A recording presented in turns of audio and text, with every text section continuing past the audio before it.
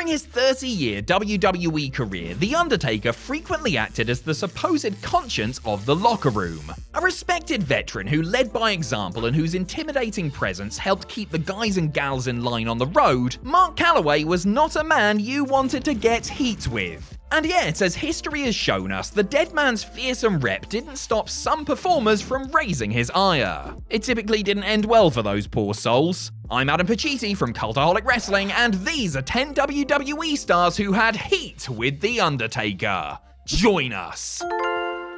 Number 10, Shawn Michaels. The Undertaker and Shawn Michaels will forever be linked thanks to their classic matches at back-to-back WrestleManias. They are close friends on great terms these days, but that wasn't always the case. It was only because of Shawn's personality change after he became a born-again Christian that the two mended fences. Because during the Heartbreak Kid's first WWE run, he was an absolute prick. He's admitted as much plenty of times himself, noting that he was not an easy person to deal with during those fast-living days. Michaels ruffled a lot of feathers in the WWE locker room during the mid to late 90s, including the Phenoms. As one of the locker room leaders, Taker had a front row seat to Shawn's selfish and self-destructive behavior, and he didn't have a lot of time for it. Things came to a head backstage at WrestleMania 14, where, rumor has it, Mark Calaway let Michaels know that he was going to put Steve Austin over the right way in their world title headliner by silently taping his fists in front of Shawn. The implied threat was recognized, and the champ did the job for Stone Cold, no questions asked. Number 9, Vince Russo.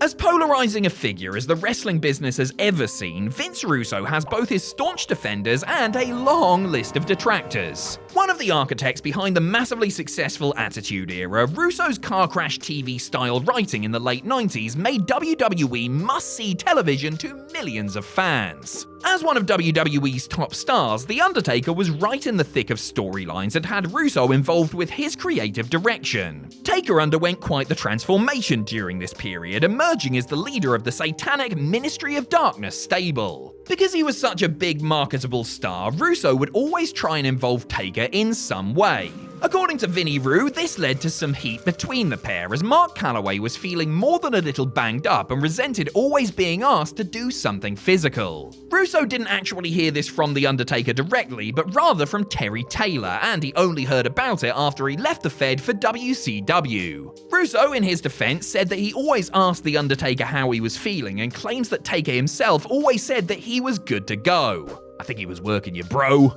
Number 8, the Jackal. The WWE locker room was a very different culture back in the 90s. Often described as being a Shark Tank-like environment, it was ultra-competitive and not everybody would always get along. Still, it paid to be in the good graces of a select few, including The Undertaker and Bradshaw. Unfortunately for Don Callis, aka The Jackal, he wasn't on good terms with either. According to Matt Hardy, more on him a bit later, Callis endured a torrid time backstage because he didn't see eye to eye with the duo, in large part due to his own outspoken nature. Now, Hardy didn't elaborate too much or give any details on how Taker acted towards Callis, but there was definitely heat there. In his own autobiography, Matt alluded to the part he played in Don's torment, including a rib where he and brother Jeff broke toothpicks off the door handle of Callis' rental car. This was at the behest of Bradshaw, but whether Taker had any part in it is unknown. In the end, the heat on Callis was so bad that he ended up being released, presumably for his own good.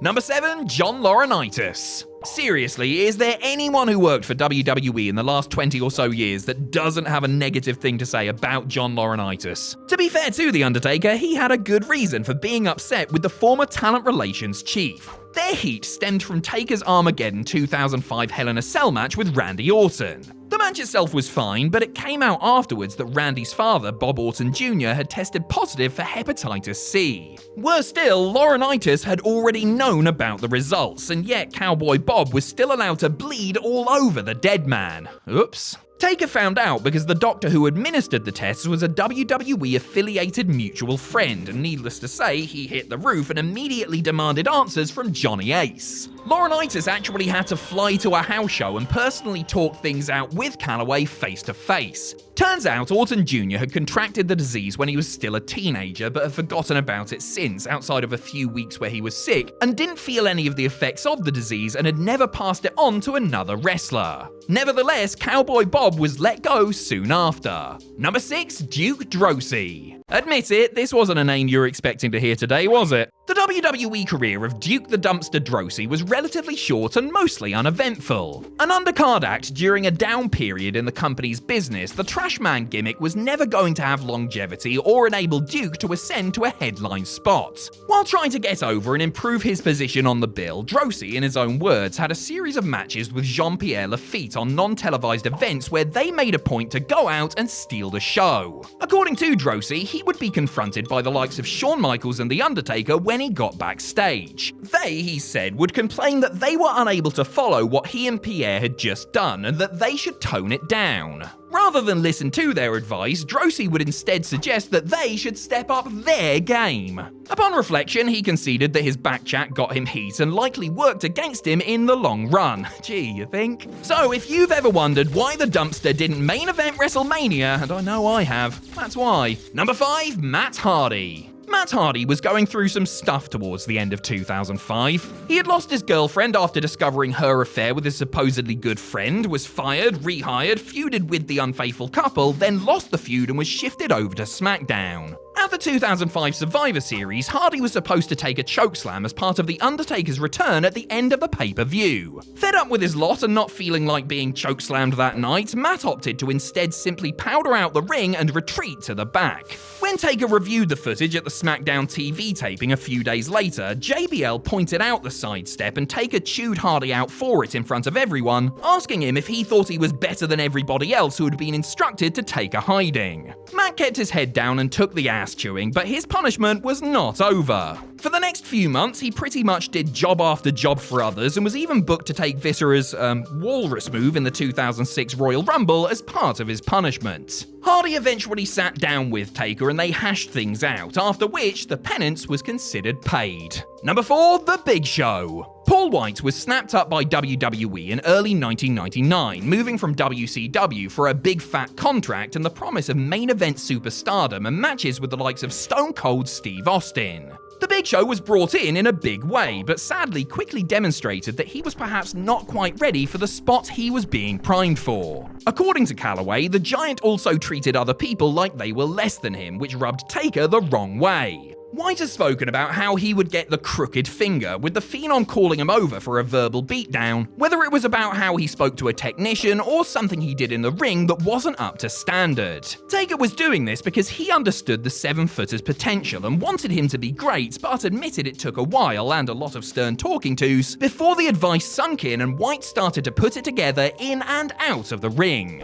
White has since credited The Undertaker's tutelage for helping him become the performer he then turned into, but things were tense between them for a bit there. Number 3, Mabel. Another super heavyweight that felt The Undertaker's wrath was Nelson Frazier, aka Mabel. After winning the 1995 King of the Ring tournament, Mabel received a major push, which included a SummerSlam main event showdown with world champion Diesel. But Frazier's massive size, coupled with his inexperience, made him dangerously reckless. Unfortunately for the former man on a mission, one of the people he accidentally hurt was The Undertaker. While delivering a series of leg drops onto the dead man, Mabel neglected to properly work the move and dropped his gargantuan frame right on Calloway's face instead. The upshot was that Taker suffered a broken orbital bone, which is why he wore that Phantom of the Opera style face mask toward the end of '95. Naturally, Calloway wasn't exactly happy with having his face caved in, and Mabel got some heat backstage, which was exacerbated by him also injuring Big Daddy Cool by dropping his full weight on his back.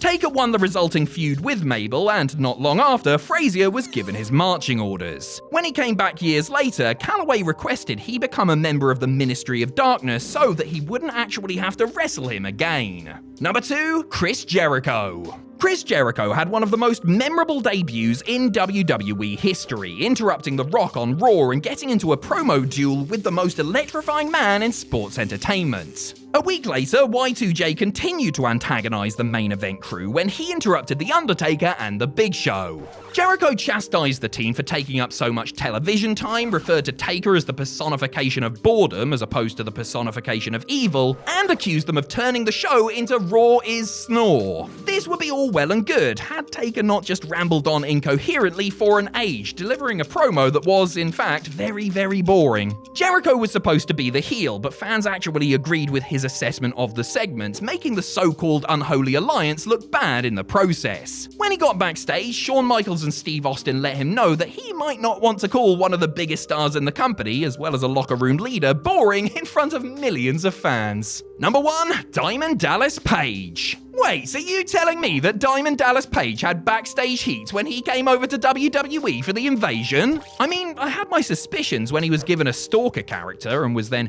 routinely pummeled by The Undertaker and Kane, and was then pinned by The Undertaker's then wife Sarah, and then got a self-help guru gimmick designed to take the piss out of his personality, but wow, I am shocked. Aside from committing the cardinal sin of being a former WCW star, DDP also apparently made a major error when, according to Disco Inferno, he went to the American Badass before one of their matches with a script for what he wanted to do in the ring. Per Disco, Taker took the piece of paper, scrunched it up into a ball, and promptly threw it in the bin. Taker was also miffed when Page didn't bump and feed quickly enough for his comeback during a house show bout, adding to the tensions. The utterly one-sided nature of their feud and the one-time WCW heavyweight champion slide down the card soon followed. And for Dallas, that definitely wasn't a good thing. That was a bad thing.